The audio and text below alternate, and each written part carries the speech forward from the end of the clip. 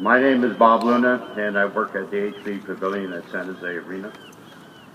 First of all, I would like to thank the San Francisco Giants and AT&T Park, and especially Rick Mears, for arranging this and also arranging the time so that many of our workers at the arena can be here, because we have an event to do this afternoon at San Jose, and thank you, Rick.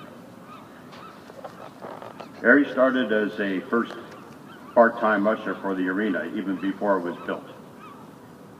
The San Jose Sharks played their first 2 years at the San Francisco Cow Palace until the San Jose Arena was completed.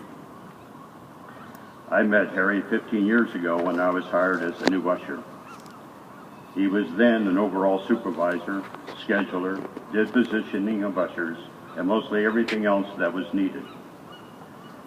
It was not so coincidental that the guest service manager's name at the time was Julie Radford, and the director of guest service was Rick Mears.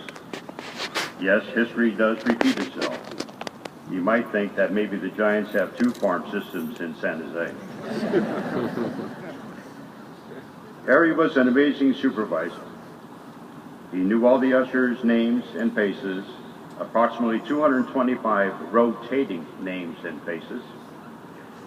He knew their favorite sporting teams, what they did outside of the arena. He knew their work strengths, their weaknesses, position preferences, position history, etc. Harry knew how to motivate people. He was much like the fictitious character also from the Mississippi River area, Huck Finn. A boyish, red hair, freckle-faced kid with a positive way to help you do what he needed you to do without you realizing you were doing it. He was always 1 or 2 steps ahead of everyone. Harry could laugh and joke with anyone and did so constantly. But if an usher's mind seemed to be wandering, Harry would bring them back with a simple, do your job. When Harry left the arena to come to the Giants, I inherited a small portion of what extras he did for the company. It was then I realized how great of a worker and a man he was. His fingerprints are still and forever everywhere in our building. However, I am here to out Harry publicly for some things that were not apparent to everyone.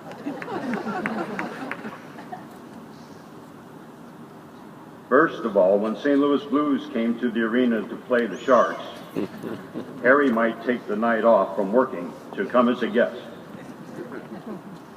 Remember, as a kid growing up in that area, he was a Blues fan for many years. Yes, he loved the Sharks, but the old childhood memories have a way of resurfacing. He would never tell us where his seat ticket was because he didn't want us needling him.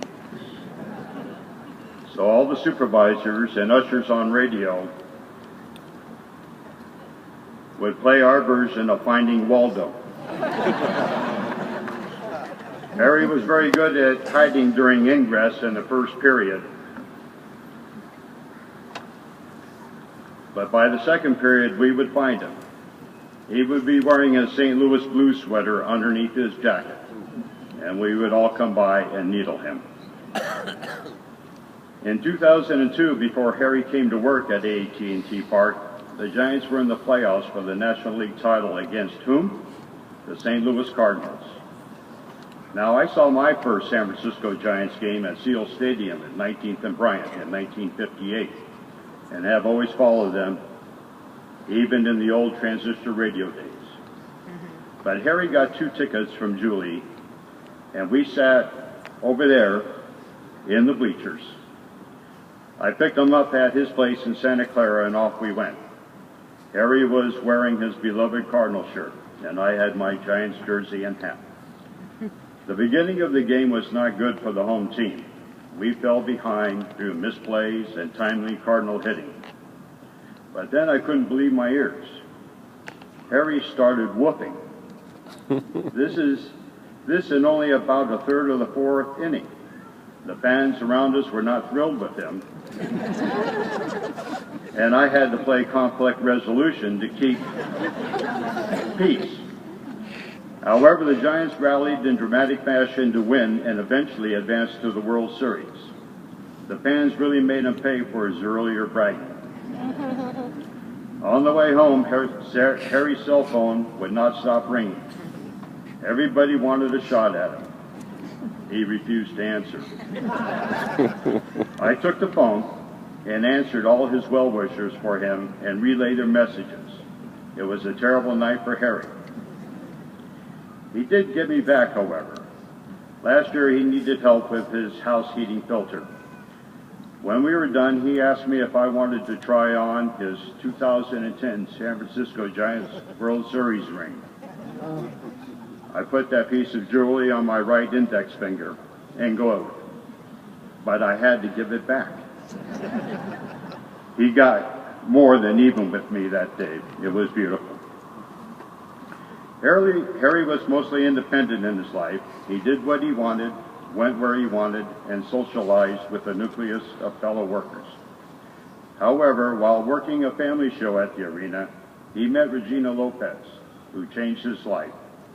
He was making a lot of trips to her hometown, Galt, in the Central Valley, where her family lived, and her mother cooked for him.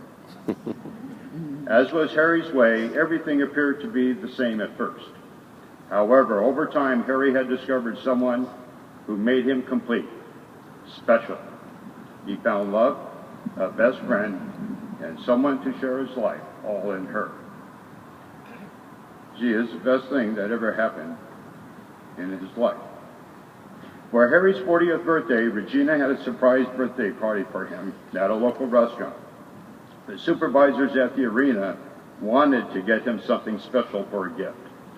We presented him with an authentic St. Louis jersey with the number 9 and the name Musial on the back, his hero.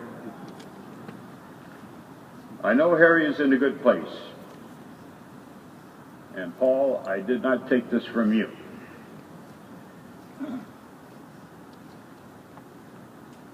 It has the old St. Louis Stadium still standing, and there's a young, redhead, freckle-faced kid standing at home plate waiting for a pitch. Jack Buck is doing the play-by-play. Siebert hits one over second baseman glove. Harry is rounding first, heading for second. The ball is going between the right and center fielders. We have the same drink. Siebert is running like Kurt Flood as he steps on the bag at third. The throw is coming to the plate, and Harry slides, touching home plate. Safe. As he walks to the dugout, the on-deck batter comes over with his hand extended to shake Harry's hand and says, "Welcome to the bigs, Harry." It was Stan Musial. I would like to share with you what Supervisor Terry Kane wrote about Harry. This could be tough. We are put on earth to make a difference. And if we are measured on how we make people feel, Harry not only hit a home run, he won a World Series. Even a brief encounter left you feeling inspired and feeling good about yourself. That was his gift. Love you, Harry.